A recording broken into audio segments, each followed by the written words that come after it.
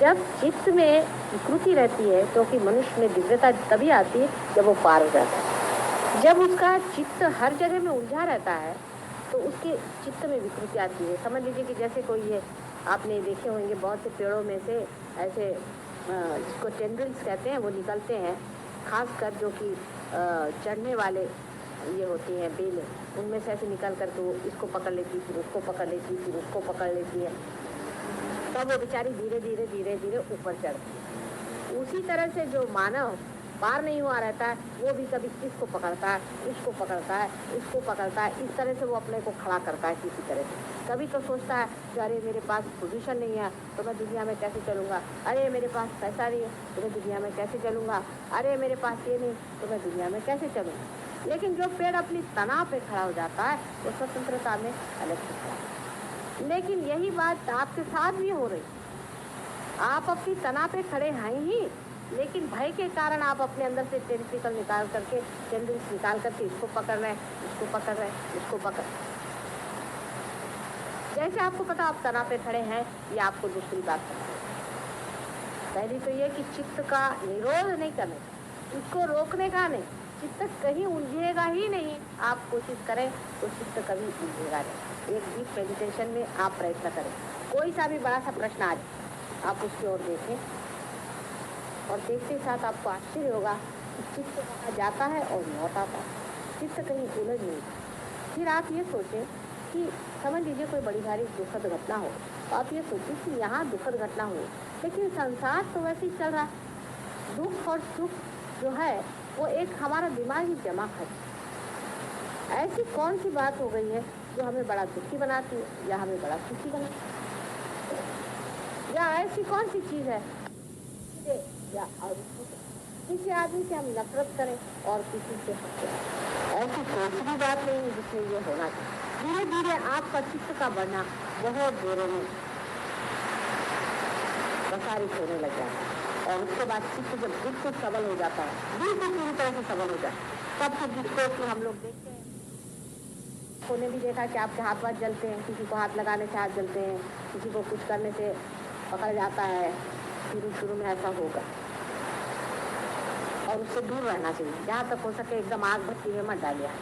जब लड़की खाना बनाना सीखती है तो पहले छोटे से चूल्हे पर थोड़ा सा एक कपड़ा लगा करके धीरे धीरे, फिर उसके बाद जरा उसका हाथ जलना सीख लिया तो फिर वो बड़े चूल्हे पर काम करना सीखती है। उसमें भी वो पहले संती लेती है, फिर एक तवा लेती है, फिर उसके ऊपर में वो रोटी सेकती है। उसके बाद जब वो एक्सपर्ट हो जाती है तो हाथी से रोटी बना लेती है, चूल्हे में हाथ डाल करके भी वो ठीक से ऐसे ऐसे कर सकती है। उसी तरह से शुरू में आप जिसको हम इविल भी कह रहे हैं, जिसको हम बुरा भी कह रहे हैं, वो भी देखिए। फिर जो इविल करके जो चीज़ है वो आप जहाँ खड़े होंगे वो खुद ही बात खड़ी हो जाएगी, वहाँ रहेगी, कुछ आप पे असर ही नहीं आने वाला उस चीज़। ये दशा जब आ जाएगी तब फिर माँ का प्रोटेक्शन की क्या जरूरत है, आप खुद ही बड़े हो जाएंगे। तब फिर आपको किसी का पकड़ेगा नहीं, किसी का कुछ नहीं, कोई कहीं पर भी कुछ हो आप जाइएगा, आप देखिएगा कुछ नहीं, तो जहाँ पहुँचे वहीं सब भाग रहे हैं, वहाँ खुद ही वो टिकने नहीं वाले। इतनी समर्थता जैसी आ जाए उस दिन ये प्रश्न हमेशा के लिए टूट जाए। लेकिन जैसा मैंने उसके लिए कहा था कि उसके दो ही तरीके हैं, एक तो अंदर का मेडिटेशन और एक बाहर का तेल। अब अपने आप के हाथ से चीज़ जा रही है। पहले तो कहते हैं कि भाई अच्छा कर्म करो, अच्छा करो बुरा करो, अच्छा और बुरा ये भी मनुष्य का विचार होगा। जब कर्म अकर्म हो जाए, माने कर्म की भावना ही नहीं रहे कि हम कर्म कर रहे हैं, जैसे सूर्य की रोशनी है, वो कौन सा कर्म कर रहा है, वो अकर्म में है, लेकिन कर्म तो हो रहा है उसका। जिस वक्त में पूरी तरह से अकर्मता आ जाए, माने हाथ में से चीज बह रही है और हो रहा है, तो जो कुछ भी अपने अंदर कर्म पहले के इकट्ठे हुए हैं, जिसको कहते हैं कि कर्म फल आपको भोगना पड़ेगा। बहुत से लोग बीमार आते, माता जी हमारे कर्म के फल है, आप क्या ले लीजिएगा, आपने कहाँ ले ले, कोई चीज अच्छी बात नहीं। गंगा जी में आए तो धुल जाना ही चाहिए सब चीज। तो अगर आपके कर्मों के फल, आपके हाथ पैर अगर दुख रहे हैं या कुछ आपको बीमारी हो गई, कुछ तकलीफ हो गई, तो ऐसी कोई बात नहीं, वो तो हम ले ही सकते। लेकिन आपके कर्म शरीर से उठ करके मन में चलेंगे। अब मन में के कर्म कैसे निकलेंगे? वो तो यहाँ से भाग खड़ी हो माता जी की वजह से जल शरीर थी हो, लेकिन अब मन के अंदर वो कर्म बैठे हुए हैं। आप पार भी हो गए तो भी अब ये गंदगी निकलेगी कैसे?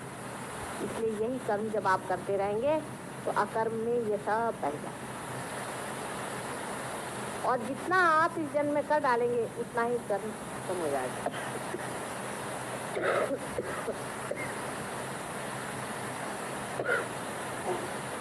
धीरे धीरे जब कर्म करते जाइएगा, इस तरह से निकलते जाइएगा, आपके अंदर की पूरी सफाई हो जाने के बाद अंदर में वही सम्यक भाव, इसमें रुचि अरुचि आदि कुछ भी नहीं रहेगा। आप बैठे हैं, खाने को मिल गया खा लिया, नहीं मिला तो नहीं।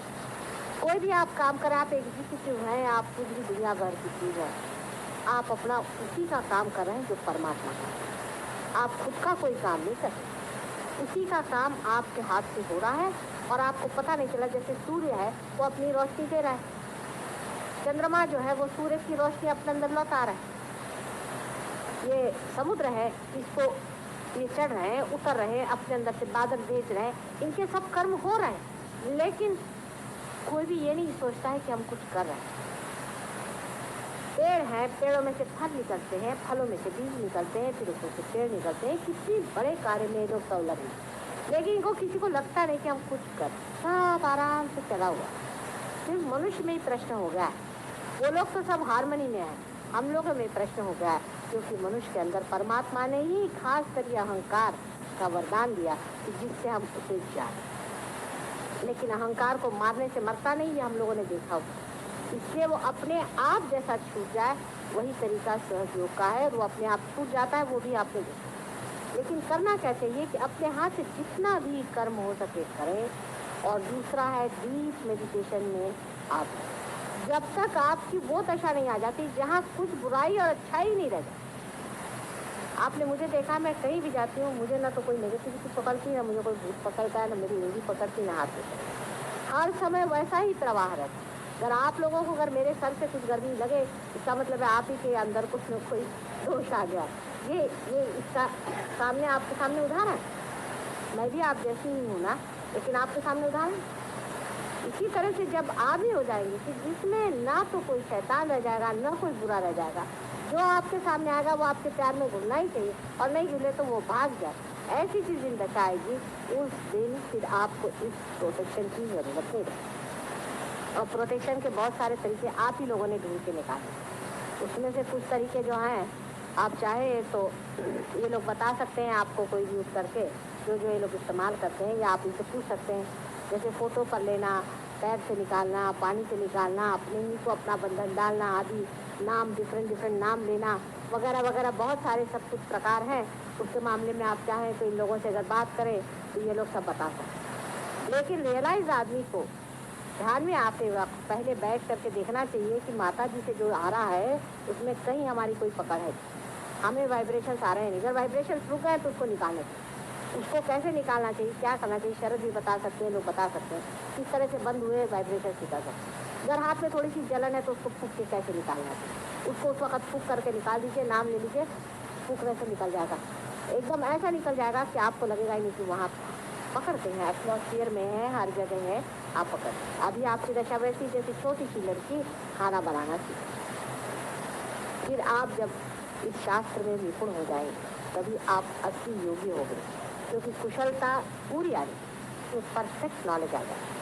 और जब परफेक्ट इसका नॉलेज आ जाता है तो आप ही नॉलेज हो जाते हैं, माने आप कुछ करते कुछ है, वो ऑटोमेटिकली सब मामला अपने आप चलते रहता है। जैसे कि ये अगर परफेक्ट हो जाए और इसमें से मेरी आवाज़ अगर परफेक्ट अंदर जा रही तो इसको कुछ नहीं करना पड़ता है, कुछ जानना नहीं पड़ता है, सीधे ही सारा की सारा रिकॉर्ड होता है। क्योंकि बोलने वाला और करने वाला और सबको संभालने वाला पालनहार परमात्मा सबके सब पे मंडरा।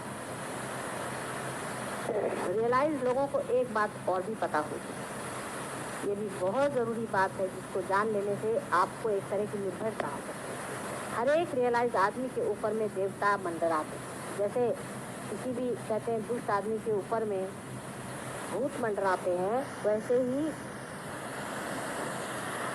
बहुत लालायित हैं सारे देवता लोग उन लोगों की मदद करने के लिए जो रियलाइज है। उनको सुगंध आती है और वो बराबर उनके आसपास मंडराते। आप में से जिन लोगों ने इसका अनुभव लिया होगा, अभी वही बता रही थी उस दिन कि उनके देवर पे बाधा थी, उनसे भूत की बाधा थी और 3:30 बजे करीब उनकी तबीयत बहुत ख़राब हो गई और वो लगे चिल्लाने चीखने, बाहर भी आदमी चिल्लाने चीखने लग गया। और उसके बाद में कहने लगी इतनी गंदगी अंदर आई, इतनी बदबू अंदर में आई कि समझ नहीं आप क्या करें। उसके बाद इन लोगों ने नाम लेना शुरू कर दिया और उसको वाइब्रेशन देना शुरू कर दी और जैसे ही वो ठंडे पड़े वैसे खुशबू आना शुरू हो गई बहुत ज़ोरों में और वो एकदम था। आपको भी कितनों ही लोगों को ध्यान में पार होने से पहले या बाद में भी बहुत बात सुगंध आती है, तो चैतन्य सुगंध युक्त है। चैतन्य बहुत सुगंधित है और अत्यंत आह्लाददायी है, इसी से आपको सुगंध दिया था। तो जितना कुछ दुर्गंध है वो अपने आप गिर सकता है अगर आप अपनी ध्यान की दशा ठीक है, माने आप अपने को ठीक करें। इसमें कोई बुरा मानने की बात नहीं। आपने देखा शरद है, हम कहते हैं शरद काफ़ी ऊँचे हैं, मोदी हैं बहुत ऊँचे हैं, ये ऊँचे हैं, देवड़े हैं, चंदू भाई हैं, आदि बहुत सारे लोग हैं। आप जानते हैं श्रॉफ साहब भी आगे चले गए, अपने लाल साहब आगे चले गए, बहुत से लोग आगे चले गए।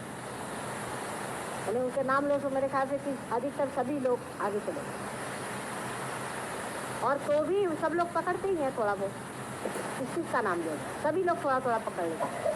शरद ने अभी पकड़ लिया था पूरी तरह से, 3 दिन पहले उन्होंने बहुत बुरी तरह से पकड़ लिया था। ठीक है पकड़ लिया तो पकड़, लेकिन समझ में आ रहा है कि पकड़े हैं, इसकी हालत हो रही है, पकड़ गए ये समझ में आ रहा है। उसको निकाल डालना बहुत आसान है, रियलाइज आदमी के लिए तो बहुत ही आसान। उसको किसी तरह से निकाल डालना चाहिए।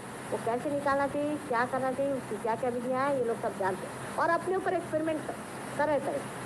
इसको समुद्र में खड़े होकर के भी निकाल सकते हैं। बहुत से पहले रियलाइज लोग जाके पानी में बैठ जाते, अच्छी बात, क्योंकि विचार है इतने परेशान होते थे, उनकी उंगलियाँ जलने लगती थी। तो यहाँ गगन बावड़ा महाराज है, तो वो जब पार हो गए तो उसके बाद वो पानी में बैठे, उनकी उंगलियाँ जो जल करके छोटी छोटी हो गई।